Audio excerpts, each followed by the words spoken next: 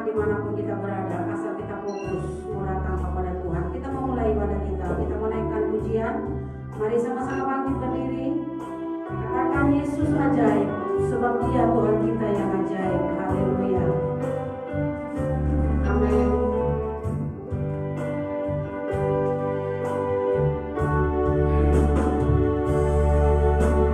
Yesus ajaib.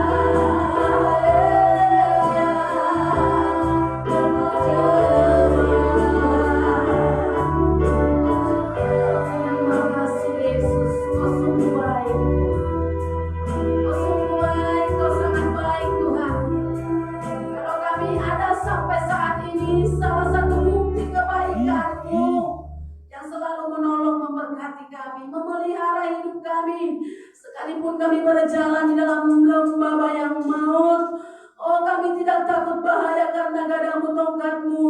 Itu yang menghibur kami dan menyelamatkan kami. Janjimu kami aminkan Tuhan. Terima kasih buat kesempatan yang baik ini. Tuhan masih izinkan kami boleh beribadah, datang menyembah-Mu secara online dengan umat dan jemaat Tuhan dimanapun berada.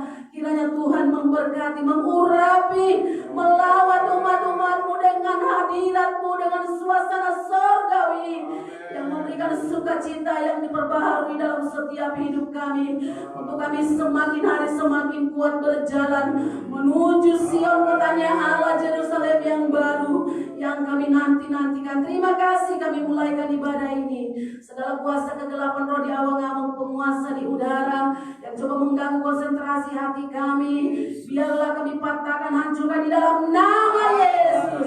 Kami dipersatukan di dalam kuasa dan darah Yesus dengan umat-Mu dimanapun berada yang mengikuti ibadah online pada pagi hari ini. Terima kasih Tuhan, Engkau ada bersama kami di tempat ini dan bersama anak-anak-Mu di rumah, di tempat mereka masing-masing. Terima kasih, dalam nama Yesus kami mulai ibadah ini. Haleluya, haleluya, amin. Silakan duduk, kita naikkan pujian kepada Tuhan. Kita katakan, Bapakku datang menyembah-Mu di sini, sebab Dia adalah Allah yang senang dipuji, disembah oleh umat-Nya. Biar kita datang menyembah Tuhan di dalam roh dan kebenaran, sebab penyembah-penyembah yang demikian layak Tuhan kehendaki. Haleluya, haleluya Yesus. Amin. Kemuliaan hormat hanya bagi-Mu. Bapakku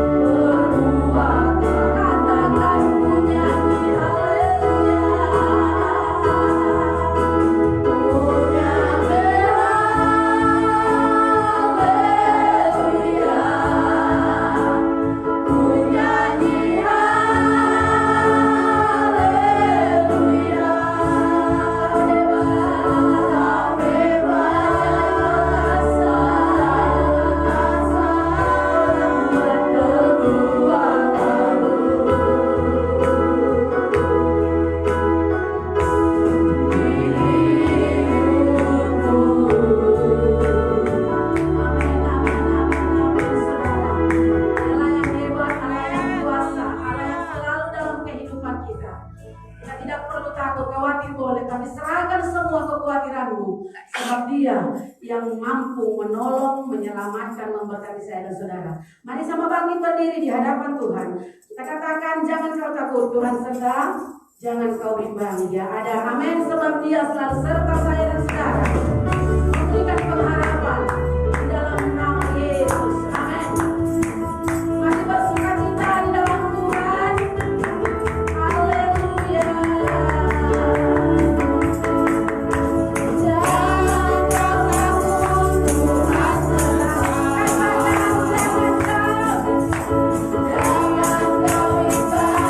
Yeah.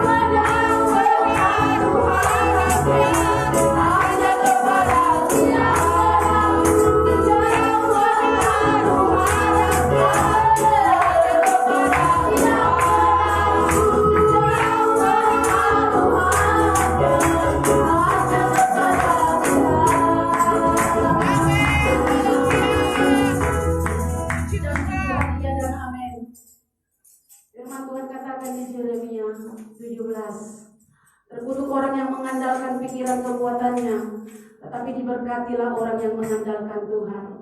Dulu, sekarang, sampai selamanya firman itu relevan.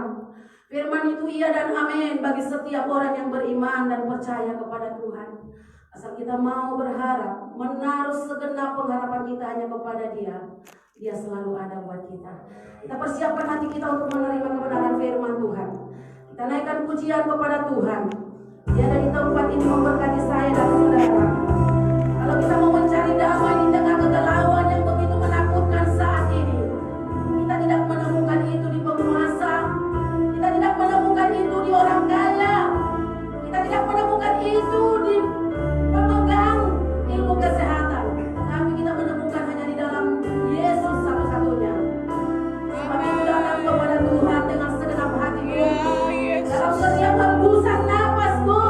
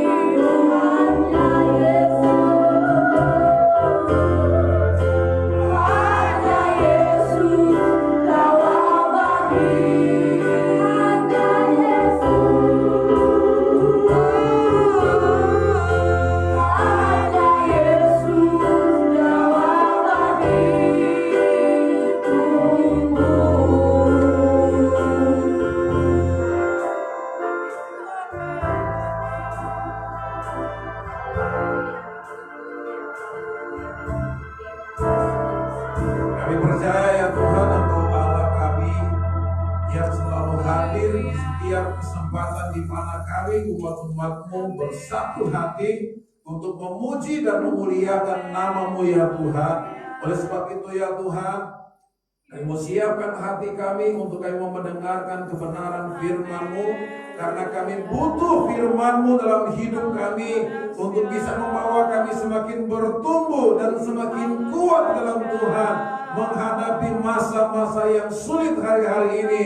Kami butuh tuntunan firman-Mu ya Tuhan, supaya kami tidak semakin lemah, tapi kami semakin kuat dan kami melihat pertolongan demi pertolongan Tuhan dinyatakan.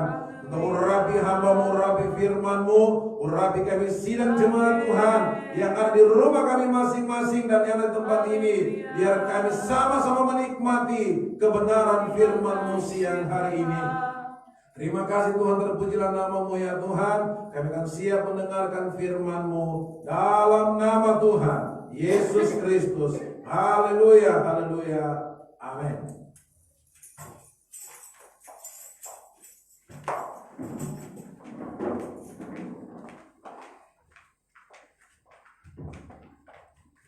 Nama Tuhan, salam sejahtera dan kasih Tuhan Yesus Kristus. Mari kita jemaat yang ada di rumah kita masing-masing, setiap kali saya menyampaikan firman Tuhan, saya selalu mengingatkan kepada Bapak Ibu sekalian, kita sedang beribadah kepada Tuhan, dan sekali lagi kita tidak sedang menonton acara, tetapi kita sedang beribadah kepada Tuhan. Makanya persiapkan hatimu ya, agar supaya kita benar-benar dapat menikmati kebenaran firman Tuhan pada saat pagi hari ini. Mari kita sama-sama membuka Alkitab kita di dalam 2 Tawarik pasalnya yang ke-17. 2 Tawarik pasal 17. Kita akan baca ayatnya yang ke-12. 2 Tawarik pasal 17 ayatnya yang ke-12. Kalau kita sudah menemukannya, mari kita akan baca secara bersama-sama satu ayat firman Tuhan ini yang akan kita renungkan bersama-sama. 2 Tawarik pasal 17 ayat 12. Sama-sama kita baca 1, 2, 3. Yosafat makin lama makin kuat, menjadi luar biasa kuat. Di Yehuda ia membangun benteng-benteng dan kota-kota perbekalan. Puji Tuhan, Tuhan memberkati. Silakan duduk. Saudara-saudara kasih dalam Tuhan, kalau kita melihat apa yang dilakukan oleh Raja Yosafat setelah dia menjadi raja menggantikan ayahnya, firman Tuhan katakan Yosafat makin lama makin kuat ya. Bahkan dia katakan bahkan menjadi luar biasa kuat ya. Nah, saya percaya bahwa inilah yang menjadi kerinduan Tuhan di dalam setiap kehidupan kita sebagai anak-anak Tuhan. Apalagi kita sedang berhadapan dengan masa yang sulit hari-hari ini, masa yang sukar. Tuhan mau agar supaya iman kita di masa-masa sulit seperti ini ya, semakin hari semakin diperbaharui, semakin hari semakin dikuatkan. Makanya kita mau belajar pagi hari ini tentang apa yang dilakukan oleh Raja Yosafat, sehingga Alkitab mengatakan Yosafat makin lama makin kuat, menjadi luar biasa kuatnya ya. Sebab kalau kita tidak mau bertumbuh dan menjadi kuat, maka kehidupan saya dan saudara ya mudah sekali diperdaya, baik oleh dunia ini maupun oleh kuasa iblis melalui persoalan permasalahan yang kita hadapi. Karena tidak sedikit orang Kristen yang akhirnya ya berhenti berdoa, berhenti beribadah, berhenti berharap kepada Tuhan karena masalah hidup yang dia hadapi yang tidak kunjung berhenti. Tidak sedikit akhirnya orang Kristen yang putus asa karena kesulitan demi kesulitan yang dia hadapi. Nah, kita mau belajar kepada Raja Yosafat, sehingga Alkitab katakan di sini bahwa Yosafat bukannya makin hari makin lemah, tetapi Alkitab katakan makin hari makin kuat, bahkan menjadi luar biasa kuatnya. Sehingga dia katakan dia membangun benteng-benteng atau kekuatan pertahanan, kemudian dia membangun kota-kota yang tempat mereka menyimpan perbekalan. Berarti kita melihat bahwa satu kekuatan yang luar biasa. Kenapa?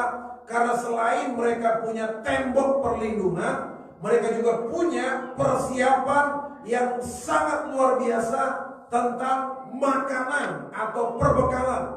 Sehingga mereka tidak dipusingkan lagi dengan masalah perbekalan, masalah apa yang mereka makan, apa yang mereka minum. Sebuah kerajaan atau sebuah negara akan menjadi kokoh ketika sandang pangan itu cukup. Karena ketika kebutuhan pokok ini bermasalah, maka satu kerajaan atau satu bangsa itu akan mudah digoyahkan. Kita melihat sekarang ini ada begitu banyak kejahatan demi kejahatan yang terjadi. Orang-orang yang nekat berbuat jahat, karena apa? Karena didesak dengan kebutuhan hidup. Tapi mari kita mau belajar dari kebenaran firman Tuhan pada saat pagi hari ini. Apa yang Yosafat lakukan sehingga Alkitab katakan di sini semakin lama dia semakin kuat, bahkan menjadi luar biasa kuatnya. Yang pertama yang akan kita pelajari pada saat ini tentang Yosafat, kita mundur kepada ayatnya yang ketiga. Pasal 17 2 Tawarik, pasal 17 tadi kita mundur dalam ayat yang ketiga, dia berkata begini. Dan Tuhan menyertai Yosafat karena ia hidup mengikuti jejak yang dahulu dari Daud bapa leluhurnya, dengan tidak mencari Baal. Langkah yang pertama yang kita bisa lihat di sini, apa yang dilakukan oleh Yosafat sehingga dia menjadi orang yang kuat, bahkan Alkitab berkata menjadi luar biasa kuatnya. Berarti di atas rata-rata orang pada umumnya.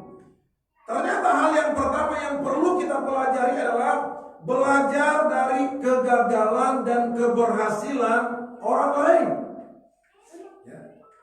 Untuk menjadi kuat, untuk kita menjadi pemenang, untuk kita bisa melewati berbagai macam tantangan, berbagai macam kesulitan dan pergumulan, kita perlu belajar dari orang-orang yang ada di sekitar kita, baik keberhasilan mereka dan juga kegagalan mereka, sehingga kegagalan mereka tidak menjadi kegagalan kita, sehingga kejatuhan mereka bukan menjadi kejatuhan kita. Kenapa? Kita belajar. Ternyata kalau kita berbuat seperti ini, kita gagal. Ternyata kalau kita bersikap seperti ini, hidup kita tidak diberkati Tuhan. Ternyata kalau kita semakin jauh dari Tuhan, bukannya sukacita dan damai sejahtera, tapi duka cita. Belajar dari pengalaman-pengalaman orang lain. Ketika kita melihat seseorang diberkati Tuhan, maka kita perlu mempelajari apa yang dia lakukan sehingga hidupnya, keluarganya diberkati Tuhan. Tetapi yang kita lihat seringkali yang terjadi bukannya kita belajar apa yang mereka lakukan sehingga hidup mereka diberkati Tuhan, apa yang mereka kerjakan sehingga hidup mereka berhasil. Kita bukan mempelajari kelebihan mereka sehingga mereka diberkati Tuhan dan kemudian kita mencoba meneladaninya dan mengikutinya, tapi seringkali ada saja orang yang bukan belajar supaya berhasil, tetapi sebaliknya iri, Ya. Ketika melihat seseorang diberkati Tuhan, dia bukannya belajar, kok kenapa dia diberkati, kenapa saya belum diberkati Tuhan, apa yang dia lakukan sampai bisa seperti itu. Nah, ketika kita mengetahui apa yang dia lakukan sehingga dia diberkati Tuhan, mari kita lakukan hal yang sama, supaya berkat Tuhan juga akan menjadi bagian kita. Supaya berkat Tuhan itu, ya, keberhasilan yang mereka capai, yang mereka miliki, itu juga menjadi bagian kita.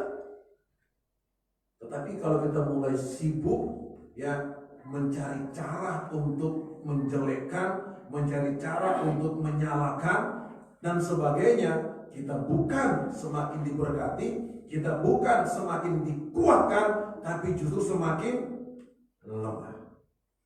Saudara dalam Tuhan, firman Tuhan katakan bahwa karena ia hidup mengikuti jejak yang dahulu dari Daud, Yosafat menjadi kuat dan semakin luar biasa.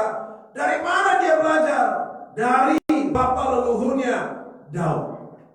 Dia melihat Daud, kenapa Daud begitu diberkati Tuhan. Namanya sangat termasyhur. Dia seorang raja yang tidak pernah kalah berperang sejak awal mulanya. Apa yang Daud lakukan sehingga dia menjadi raja yang luar biasa? Kita lihat apa yang Yosafat pelajari dari sifat Daud. Kita melihat dalam 2 Samuel pasalnya yang kedua. Mari kita lihat di sana. Kalau ada yang di tempat ini sudah dapat, bisa tolong baca. 2 Samuel pasal 2 ayat 1. 2 Samuel pasal 2 ayat 1. 2 Samuel pasal 2 ayat 1. Demikian firman Tuhan. Kemudian bertanyalah Daud kepada Tuhan, katanya, apakah aku harus pergi ke salah satu kota di Yehuda? Firman Tuhan kepadanya, pergilah. Lalu kata Daud, kemana aku pergi? Firman-Nya, ke Hebron. Perhatikan baik-baik. Ketika Daud, ya, menjadi raja, kemudian dia katakan di sini, bertanyalah Daud, ya, kepada Tuhan. Kalau kita perhatikan, kemudian bertanya Daud kepada Tuhan, katanya, apakah aku harus pergi ke salah satu kota di Yehuda? Firman Tuhan kepadanya, pergilah. Ya. Ketika Daud mau pergi, dia katakan, Tuhan, saya mau ke kota mana? Di kota Yehuda. Ya. Kemudian Tuhan jawab, pergilah, tapi nggak jelas tujuannya. Ya, Tuhan, saya mau ke mana? Ya. Tuhan katakan, pergilah. Mau pergi ke mana, Tuhan? Apakah Daud tidak menguasai daerah Israel, kota itu dan sebagainya? Dia orang asli sana. Dia seorang pahlawan yang luar biasa. Seluk-beluk daerahnya dia tahu semuanya. Tetapi dia tidak mencoba mengandalkan pengalamannya, tapi dia melibatkan Tuhan. Dia katakan bahwa Tuhan katakan firman Tuhan katakan, pergilah. Dia katakan, lalu kata Daud, kemana saya harus pergi? Firman Tuhan, ke Hebron. Ya. Ketika Daud berusaha bertanya kepada Tuhan, kemudian jawaban pertama sepertinya ngambang, nggak ada tujuan. Ya. Tidak secara spesifik Tuhan katakan ke tempat ini. Dia tanya lagi, Tuhan, saya mau kemana? Kota ini banyak, ya. Kota ini luas, saya mau kemana? Tuhan katakan ke Hebron. Ya. Artinya bahwa kita melihat di sini Daud begitu dipakai Tuhan dengan luar biasa dan berhasil karena dalam hal yang terkecil sekalipun dia tetap melibatkan Tuhan, selalu bertanya Tuhan. Dan itu yang dipelajari oleh Raja Yosafat, sehingga Yosafat menjadi raja yang kuat. Bahkan kita berkata menjadi luar biasa kuatnya. Sebab dalam 2 Tawarik, mari kita lihat 2 Tawarik pasal 18 ayatnya yang keempat.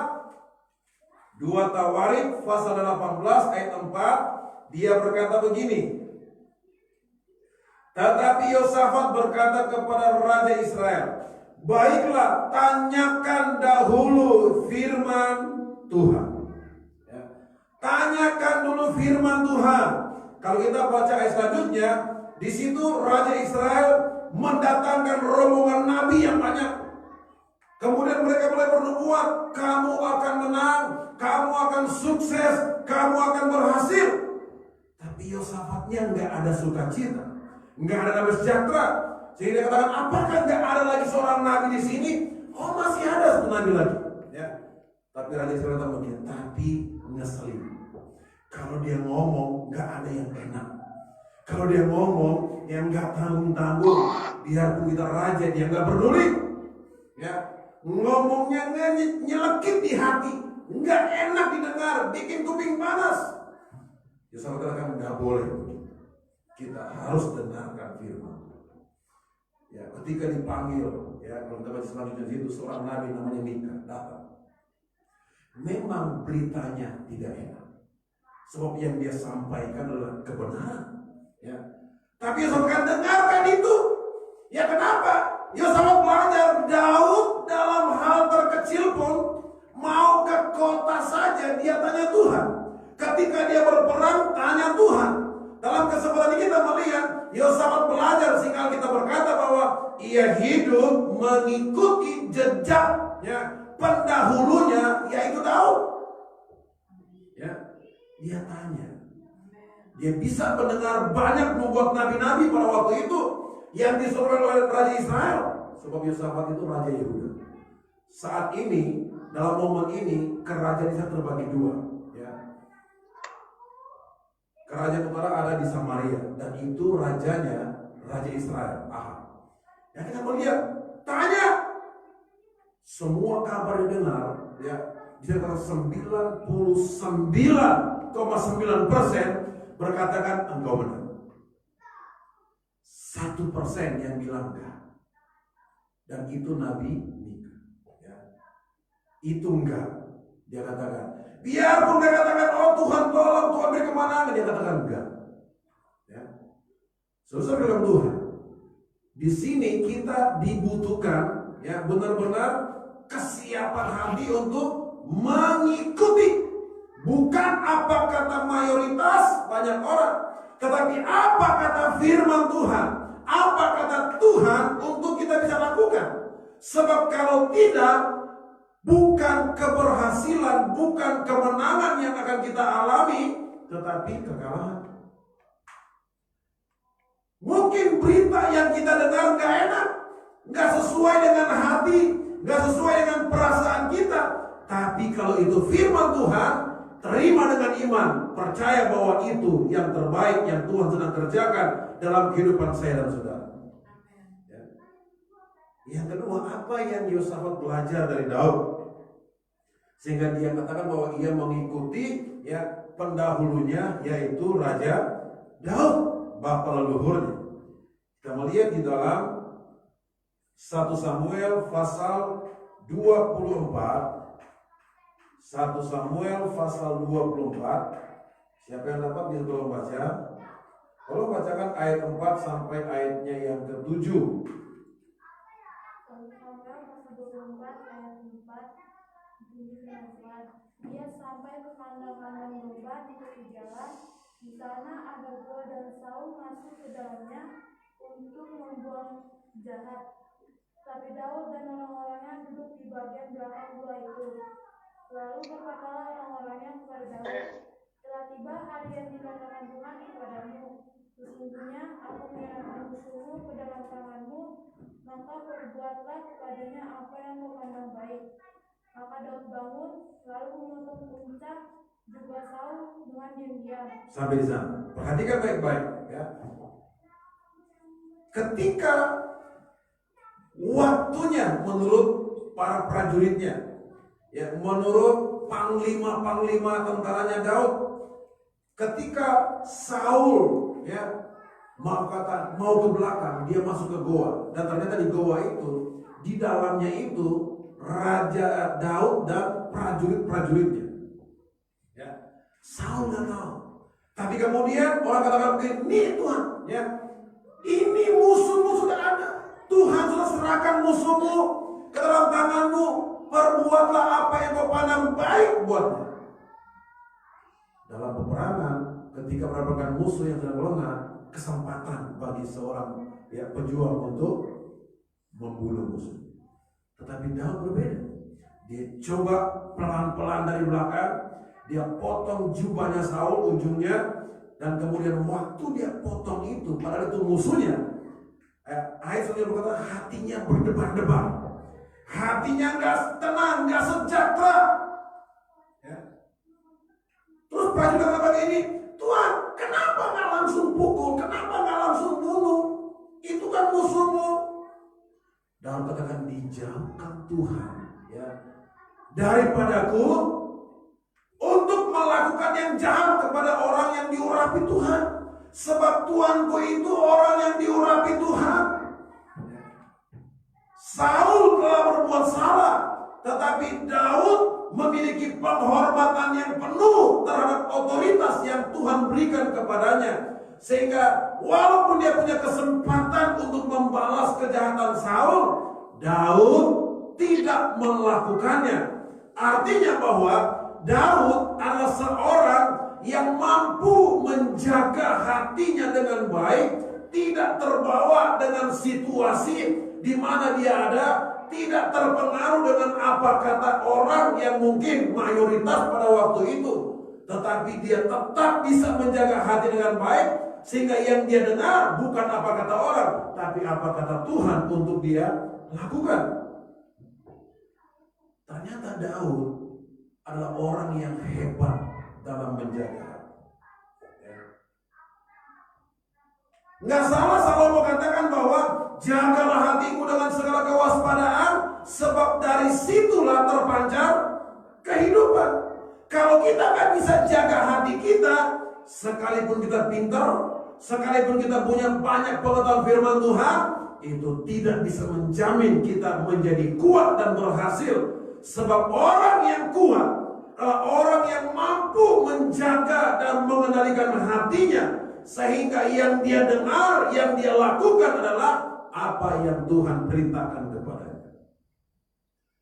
Nah, dengan bersikap seperti itu, Daud tidak mengizinkan prajuritnya menyerang. Tapi kemudian kalau baca selanjutnya, Daud katakan begini, ketika Saul pergi, dia katakan begini, Tuanku Raja, ternyata aku bukanlah orang jahat seperti yang Tuhan katakan kepada orang Israel. Sebab Saul mengejar Daud karena dianggap memberontak, memimpin suatu gerombolan. Itu yang disebarkan oleh Saul. Ketika terjadi pada waktu itu, Daud katakan, ternyata aku bukanlah orang jahat. Kalau aku jahat, aku sudah membalaskan perbuatan jahat Tuhan kepada saya. Nah, kita melihat di sini bahwa Daud menjaga hatinya sehingga dia membalas kejahatan bukan dengan kejahatan, tetapi dengan kebaikan.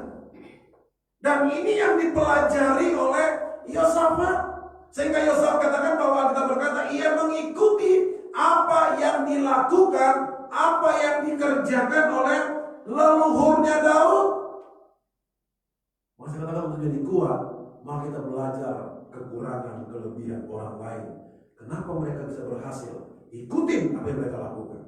Kenapa mereka gagal? Kita harus hindari apa yang menyebabkan mereka gagal, supaya kita jangan sampai kita jatuh, Tapi ketika kita mempelajari apa yang orang lain kerjakan sehingga mereka gagal, berarti kita harus berjaga-jaga sehingga kita tidak akan jatuh ke lubang di mana orang lain jatuh di sana, tapi kita bisa terhindar dari semuanya itu. Kemudian selanjutnya kita melihat apa yang dilakukan oleh Yosafat sehingga ia semakin kuat, kata firman Tuhan, di dalam ayatnya, kembali kepada ayat pokok kita pada saat pagi hari ini, dalam ayatnya yang keempat, kita lihat ayat 4, dia katakan begini, 2 Tawarik 17 ayat 4, melainkan mencari Allah ayahnya, ia hidup menurut perintah-perintahnya dan tidak berbuat seperti Israel. Firman Tuhan katakan bahwa selain dia belajar dari keberhasilan dan kegagalan orang-orang sekitarnya, ya kita lihat di sini adalah seperti Daud, ya. Maka selanjutnya yang dilakukan oleh Yosafat adalah dia mencari Tuhan dengan sungguh-sungguh. Ya. Semakin sulit keadaannya, maka semakin kita harus sungguh-sungguh mencari Tuhan. Semakin berat hidup kita, semakin berat pergumulan kita, justru kita semakin sungguh-sungguh datang kepada Tuhan, minta belas kasihan Tuhan, minta kekuatan yang dari Tuhan. Jangan sampai semakin berat, semakin sulit ya keadaan, masalah yang kita hadapi, justru kita semakin jauh dari Tuhan. Keadaan seperti ini yang membuat kita beribadah tetapi terbatas, ya, karena keadaan yang memang tidak memungkinkan kita untuk berkumpul secara bersama-sama. Jangan sampai kita jadikan alasan, oh kalau begitu yang penting saya berdoa, baca Alkitab, selesai. Kita nggak bisa membuat aturan sendiri, sebab ibadah itu ada aturannya. Karena kita nggak mau repot-repot, ya akhirnya kita katakan, oh yang penting saya berdoa, baca Alkitab, selesai. Ya, kalau engkau berbuat seperti itu, ya jangan iri dengan keberhasilan orang lain yang melakukannya, yang mencari Tuhan dengan sungguh-sungguh. Ya. Karena pasti akan berbeda. Yosafat yang katakan di sini bahwa ia mencari Tuhan. Ya. Nah kita akan melihat dalam 2 Tawarik pasal 20. Mari kita lihat 2 Tawarik pasal 20 ayat 3 dan ayat 4. Dia berkata begini. Kita melihat bagaimana Yosafat tidak hanya sekedar dia berbicara, tapi kemudian dia benar-benar mempraktekkan apa yang disebut dengan mencari Tuhan. Dalam ayatnya yang ketiga, 2 Tawarik pasal 20 ayat 3, Yosafat menjadi takut lalu mengambil keputusan untuk mencari Tuhan. Ia menyerukan kepada seluruh Yehuda supaya berpuasa. Dan Yehuda berkumpul untuk meminta pertolongan dari Tuhan. Mereka datang dari semua kota di Yehuda untuk mencari Tuhan. Perhatikan baik-baik. Orang yang kuat bukan berarti orang yang tidak pernah merasa takut. Ya. Orang yang kuat bukan berarti orang yang tidak pernah merasa khawatir. Tetapi orang yang kuat ketika merasa takut, ketika merasa khawatir, maka yang dia lakukan adalah bukan jauh dari Tuhan, bukan mencari kekurangan kelebihan orang lain, tetapi datang kepada Tuhan. Karena kita berkata ketika Yosafat menjadi takut, apa yang dia lakukan? Dia mencari Tuhan. Dia menyerukan kepada Yehuda. Dia katakan cari Tuhan. Bukan hanya sekedar cari Tuhan, tetapi berdoa dan berpuasa. Ya. Orang Kristen di akhir zaman ini seringkali ya membuat supaya hal ini jadi sederhana. Yang penting ibadah, yang penting kita ikutin, yang penting kita nonton siaran langsungnya. Ya. Maka saya katakan waktu hari Kamis kemarin, mungkin kita sedang nonton siaran langsung ya ibadah sambil duduk, sambil tidur, sambil masak, sambil jaga usaha warung dan sebagainya. Ya. Nah apa yang kita lakukan itu menentukan kita menjadi kuat atau tidak. Yosafat ketika dia menjadi takut, Alkitab berkata dia cari Tuhan dengan apa? Dengan berdoa dan dengan berpuasa. Ya. Dia menyiapkan waktunya sebagai seorang raja yang sangat sibuk, tapi dia persiapkan waktunya yang terbaik supaya dia bisa berkonsentrasi untuk mencari Tuhan. Nggak ada alasan untuk kita berkata, saya nggak bisa ibadah dengan keadaan seperti ini. Sebab kita bisa beribadah di rumah kita masing-masing. Saya katakan dari hari Kamis kemarin, persiapan ibadah itu sangat penting. Ya, persiapkan HP-mu, ya, kotanya, ya baterainya, siapin tempat, siapin tempat, kita mau ibadah di ruang tamu, siapin, tutup pintunya supaya saat kita beribadah, ibadah dengan sungguh-sungguh. Ketika WL katakan mari berdiri, berdiri. Ketika WL katakan mari kita berdoa, berdoa. Baca firman Tuhan, baca firman Tuhan. Kita bukan sedang menonton, tapi kita sedang ibadah, dan itu bentuk kita mencari Tuhan. Nah, jika dalam keadaan seperti ini kita tidak bisa mencari Tuhan dengan sungguh-sungguh, bagaimana nanti ketika masanya semakin sulit, ketika masanya semakin sukar, ya, kita tidak akan bisa melakukan apa-apa. Dan itu berarti bahwa kita akan semakin menjadi lemah. Semakin menjadi lemah, ya. Tapi belajar dari Yosafat, cari Tuhan. Ketika Yosafat mencari Tuhan, sudah baca ayat selanjutnya dalam 2 Tawarik 20 ini, Yosafat tidak berperang, tapi Tuhan berikan kemenangan yang gila gemilang. Yosafat tidak sampai berperang, ya, tetapi kemudian Tuhan beri kemenangan kepada Yosua tanpa Yosua bekerja untuk berperang dengan prajuritnya. Artinya bahwa ada saatnya Tuhan mau kita bekerja dan berusaha supaya dapat hasil, tapi ada saatnya juga Tuhan bekerja dengan luar biasa sehingga kita melihat berkatnya mengalir dari orang yang tidak pernah kita duga, dari orang yang tidak pernah kita pikirkan. Ada masanya, tapi tidak seterusnya seperti itu. Ada waktu Tuhan mau kita berusaha, ada saat Tuhan katakan, tenang aja, saya bisa kirimkan berkatmu dari mana saja. Ya.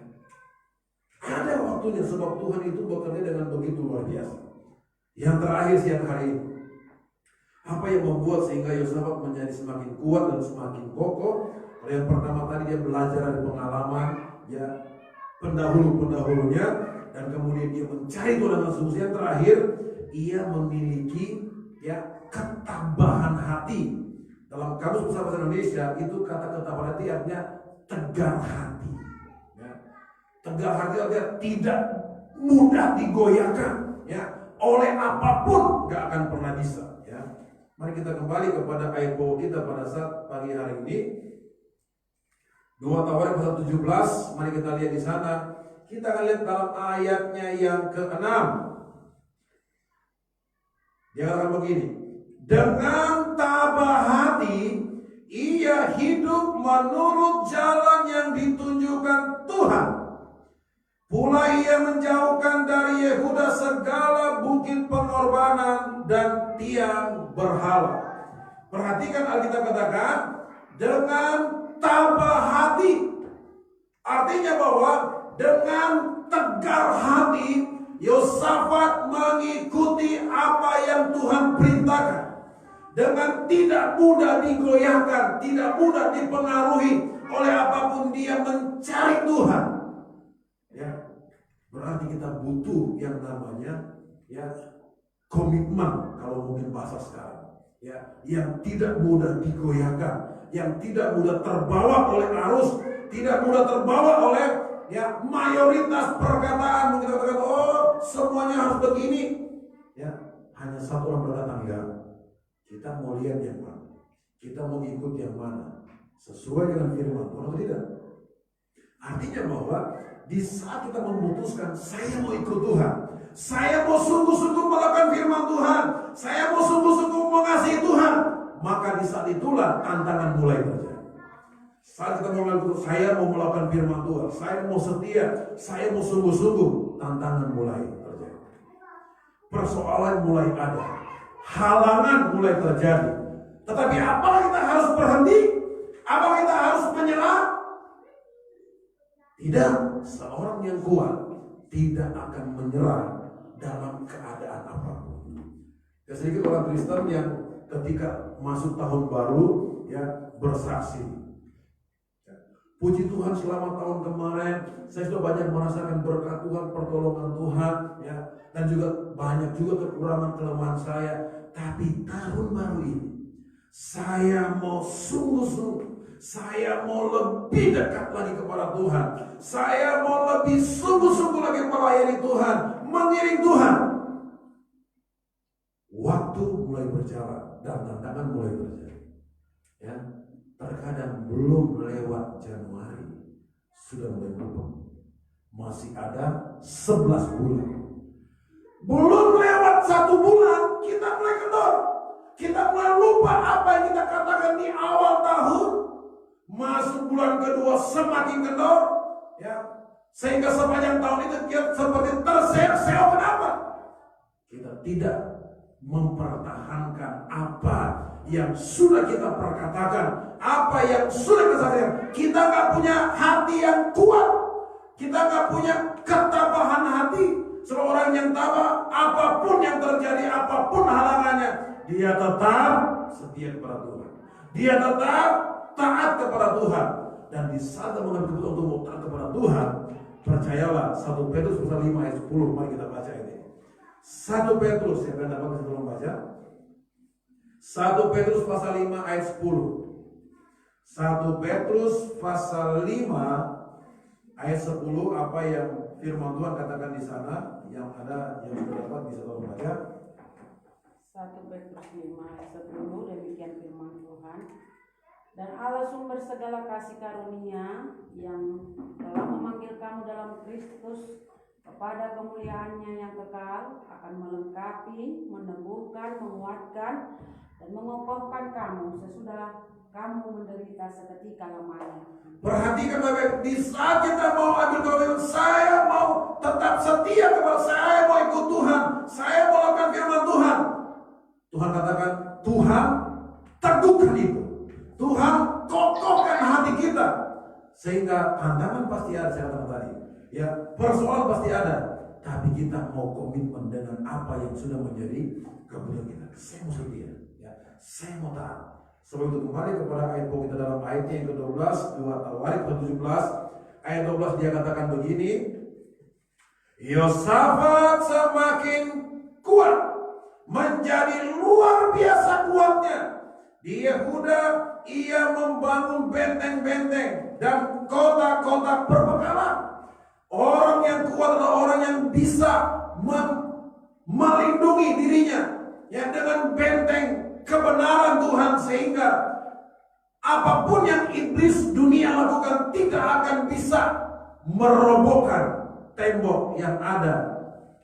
Sebab apa? Dibangun dengan kebenaran Tuhan. Dan kemudian kota-kotanya dia bangun untuk apa? Untuk berperkara. Artinya orang yang kuat adalah orang yang berpegang teguh kepada kebenaran, dan Tuhan teguhkan kebenaran itu dengan melindungi. Kemudian apa? Ada berkat-berkat yang menyertai. Sebab dia bangun kota-kota berperkara. Orang yang kuat, orang yang mau mencari Tuhan, orang yang mau sungguh-sungguh mencari Tuhan, tidak akan pernah dibiarkan oleh Tuhan. Daud berkata, dari dulu sampai sekarang, dari muda sampai tua, aku tidak melihat orang benar meminta-minta roti, dan anak cucunya juga meminta-minta roti. Enggak. Selama kita mencari Tuhan dengan sungguh-sungguh, Tuhan akan membuat apa yang kita kerjakan, apa yang kita usahakan berhasil dan semakin diberkati oleh Tuhan. Puji nama Tuhan. Tuhan memberkati kita semua. Kita akan berdoa firman Tuhan pada saat siang hari ini.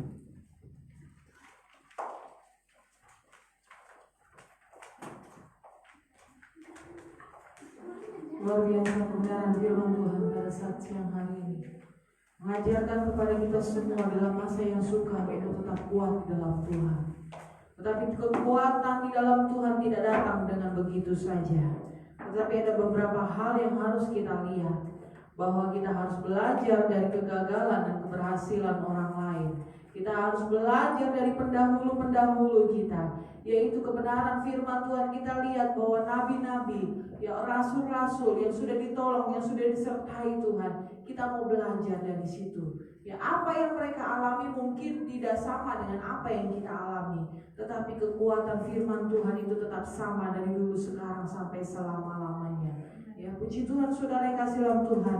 Dan kita lihat mencari Tuhan dengan sungguh-sungguh, mencari Tuhan dengan sepenuh hati, dengan penuh rasa hormat, dengan penuh rasa takut dan gentar. Bukan karena tanggung jawab kepada gembala atau kepada siapapun, tetapi lebih daripada itu tanggung jawab kita kepada Tuhan.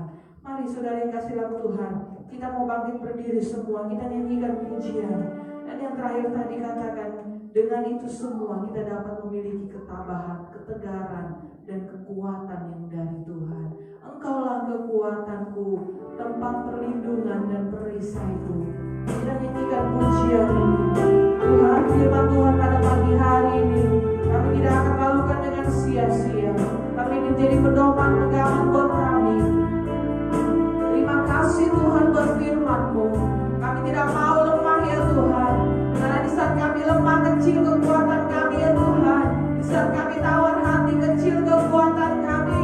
Di saat kami lemah bahkan kami akan gampang goyah, gampang jatuh ya Tuhan. Tetapi kembali lagi kami mau memiliki kekuatan-Mu. Amin. Haleluya. Kami mau belajar Tuhan. Memperoleh kekuatan Tuhan yang luar biasa. Saat badai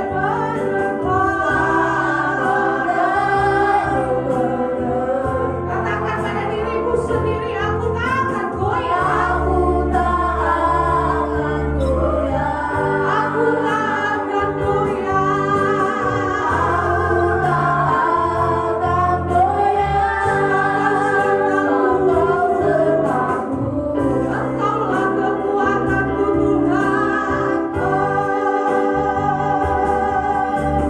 Engkaulah kekuatan.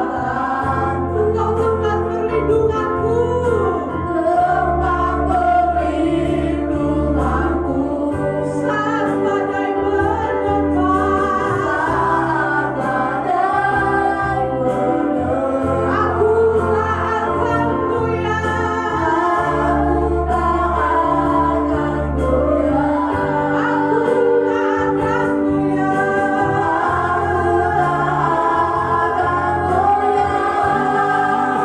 Engkau sertaku. Amin. Haleluya. Bila mau angkat tangan kita di hadapan Tuhan. Sejauh langit dari bumi, begitu besarnya kasih-Mu. Penuhi hati kami. Penuhi hati kami. Menyembah-Mu. Yesus, sejauh langit dari bumi, begitu besarnya kasih-Mu. Kaulah Tuhan,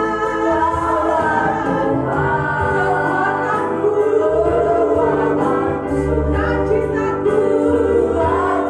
Katakan lagi, sejauh langit dari bumi, sejauh langit dari bumi, begitu besarnya kasih-Mu. Penuhi hati kami. Penuhi hati kami yang rindu menyembah-Mu. Yesus, sejauh langit dari bumi, begitu besarnya kasih-Mu. Kaulah Tuhan, kekuatanku, sukacitaku. Sukacitaku.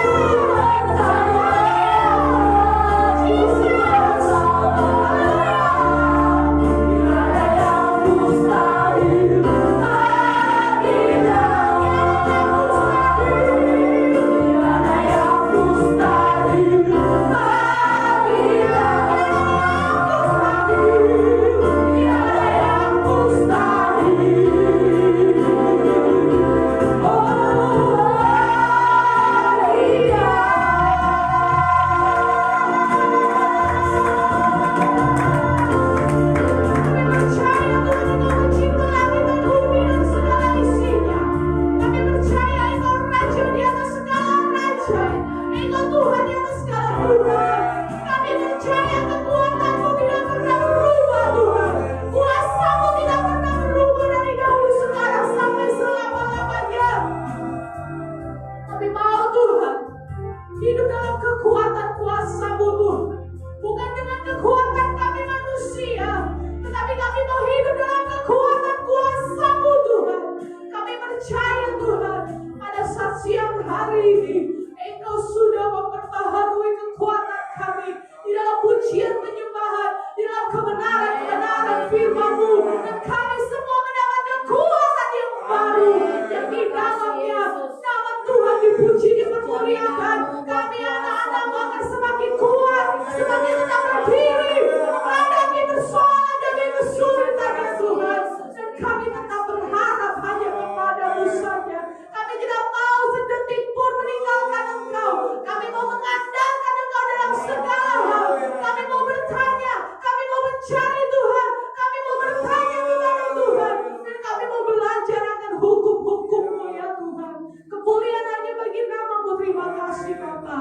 Kami mengucap syukur dan kami terima kebenaran firman-Mu pada pagi hari ini. Sementara umat-Mu akan melakukan korban persembahan, Tuhan tirik balas persembahan yang mereka bawa untuk hormat kemuliaan bagi nama-Mu. Balas berlipat kali ganda sesuai janji firman-Mu. Di dalam nama Tuhan Yesus. Haleluya. Amin. Kita nyanyikan pujian, tiada ku ragu lagi mengikut-Mu Yesus. Haleluya.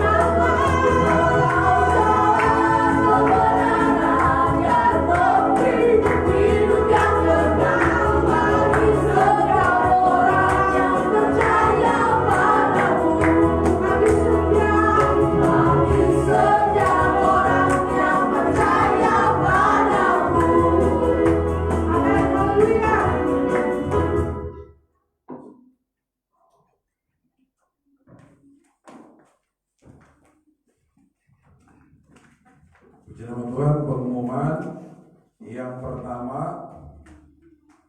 bagi saudara-saudara yang bergerak hati untuk mengumpulkan sirup ya, seperti tahun-tahun kemarin yang kita lakukan menjelang Lebaran, untuk kita berbagi kasih dengan lingkungan yang ada ya. Silakan saudara kumpulkan di gereja ya, sirup dan juga kue yang biasa kita beri itu roman kelapa ya. Jadi setelah bisa kumpulkan di gereja, saya sudah ada yang mulai dikumpulkan, dan kemudian kita akan berdoa buat Mama Fani yang sedang sakit dan juga Ibu Yoko dalam proses pemulihan kesehatannya, agar supaya mereka diberikan kesembuhan. Dan nanti sebentar siang, seperti yang saya sampaikan di grup, sebentar siang itu kita jemaat GPI Kasih Karunia mendapatkan berkat ya. Saya juga nggak kenal orangnya, tiba-tiba saya ditelepon ya, ditelepon kemudian ditanyakan, dan kemudian kita katakan siap, katakan bisa nggak jemaat-jemaat, karena kita pengen ketemu secara langsung. Saya bilang tadi kan nggak boleh kumpul bareng. Oh iya, makanya dibatasi. Makanya saya akan atur untuk jam 12 karena schedule-nya jam 12 siang ini. Untuk jam 12 ini keluarga Ibu Dor, keluarga Pak Denny Sumilat, Mama Glory, Ibu Yunita, Mama Indri Opung itu kloter pertama untuk datang ya. Mungkin ada 10 menit karena mereka doa, ngobrol sebentar, langsung dibagi. Saya juga nggak tahu apa yang dibagi. Ya. Kemudian jam berikutnya, jadi 12:30 nanti keluarga Pak Sugeng, keluarga Dimas, keluarga Ibu Yoko mungkin bisa diwakili karena sakit, keluarga Pak Peter, keluarga Pak Kaunan, dan juga keluarga Nino, Ibu Siska, dan Saudara Ica tadi nggak bisa ikut, jadi diwakilkan ya. Ini jam 12:30. Ini yang kloter kedua, jam 12:30 nanti kita ulang lagi dulu. Nanti itu yang datang 12:30. Tapi yang jam 12 itu keluarga Ibu Dor, Pak Denny, Mama Glory, Ibu Yunita, Mama Indri Opung ya. Karena memang kita nggak bisa kumpul secara bersama-sama dalam jumlah yang sekian banyak. Itu saja penyampaian kami ya. Sekali lagi saudara-saudara yang tergerak untuk mengumpulkan sirup dan sebagainya bisa dikumpulkan ya. Sempatnya saudara mau besok lusa ya tidak apa-apa sebelum dibagikan karena pembagian kita akan lakukan di akhir bulan ini. Pokoknya sebelum lebaran kita sudah bagi. Itu berkali dan untuk acara kita di sepanjang minggu nanti kita akan umumkan di WA group ya GPD Kasih Karunia dan saudara bisa melihat di sana ya jadwal-jadwal doa kita dan ibadah untuk sepanjang minggu yang berani. Tuhan memberkati kita semua dan kita akan mengakhiri ibadah kita pada saat siang hari ini. Jemaat yang ada di rumah bisa kami berdiri bersama-sama dan nyanyi pujian berkata terima kasih Tuhan untuk kasih setiamu.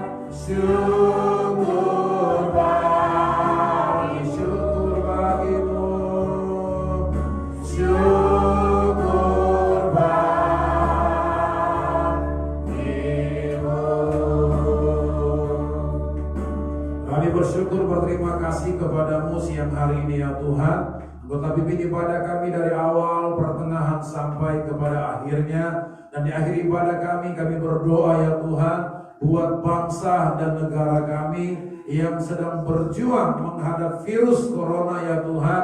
Baik pemerintah bangsa kami dari tingkat pusat sampai ke daerah, sampai kepada RT dan RW.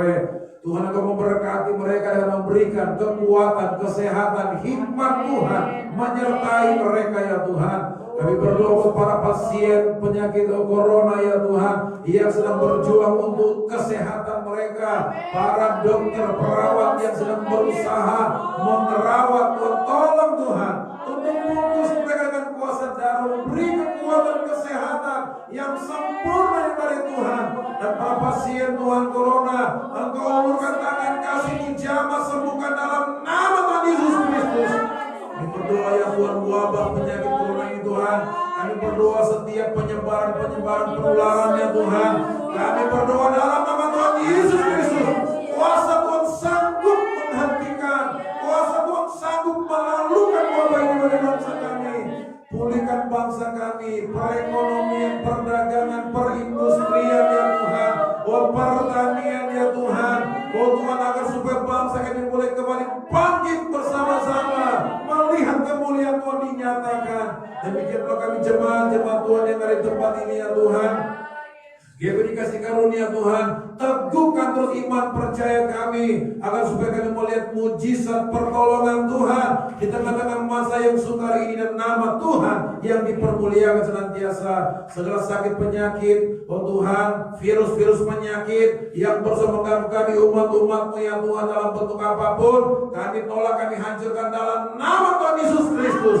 Kami juga berdoa ya Tuhan, buat Mama Fani dan Ibu Yoko yang sedang bergumul dengan sakit penyakit yang mereka hadapi ya Tuhan. Apapun penyakit yang mereka sedang hadapi hari-hari ini, kami bersatu hati, kami tolak, kami hancurkan dalam nama Tuhan Yesus Kristus. Dan kami percaya bilur-bilur-Mu yang akan memulihkan, yang akan menyembuhkan umat-umat-Mu ya Tuhan. Terima kasih untuk pujilah nama-Mu ya Tuhan. Kami sudah beribadah memuji memuliakan Tuhan. Kami berdoa ya Tuhan, perintahkanlah berkat-berkat-Mu dari timur, barat, utara, selatan. Datangkanlah di atas kami umat-umat-Mu ya Tuhan, sehingga berkat itu menjadi milik kami umat-umat Tuhan. Sebagai dengan penuh keyakinan iman kami dapat berkata, diberkatilah rumah tanggamu, diberkatilah kesehatan kekuatanmu, diberkatilah usaha pekerjaanmu, diberkatilah anak cucumu, diberkatilah keluar masukmu dari sekarang ini sampai selama-lamanya. Sebab itu terimalah berkat rahmat dari Allah Bapa, cinta kasih sayang dari Tuhan kita Yesus Kristus, persekutuan penghiburan dari Allah Roh Kudus akan menyertai kita mulai sekarang ini sampai selama-lamanya. Di dalam nama Tuhan Yesus Kristus, Tuhan dan Juru Selamat kami sudah berdoa dan menerima berkat Tuhan siang hari ini. Haleluya, haleluya. Kita sama-sama yang percaya katakan amin. Puji Tuhan, Tuhan memberkati kita semua. Selamat hari Minggu. Selamat hari Minggu buat semuanya. Tuhan berkati. Mama Yoko, Pak Sugeng, Mama Fani, selamat hari Minggu.